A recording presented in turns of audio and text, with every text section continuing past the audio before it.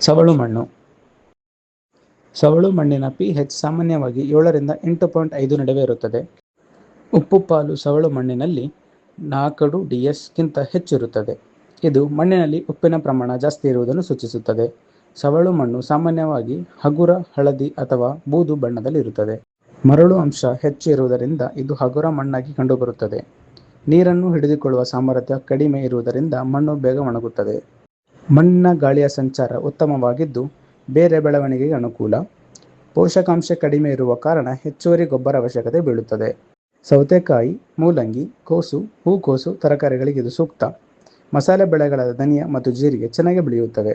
ಹೂ ಬೆಳೆಗಳಲ್ಲಿ Aster, gladiolus, geranium ಮತ್ತು ಉತ್ತಮ ಬೆಳವಣಿಗೆ ತೋರಿಸುತ್ತದೆ.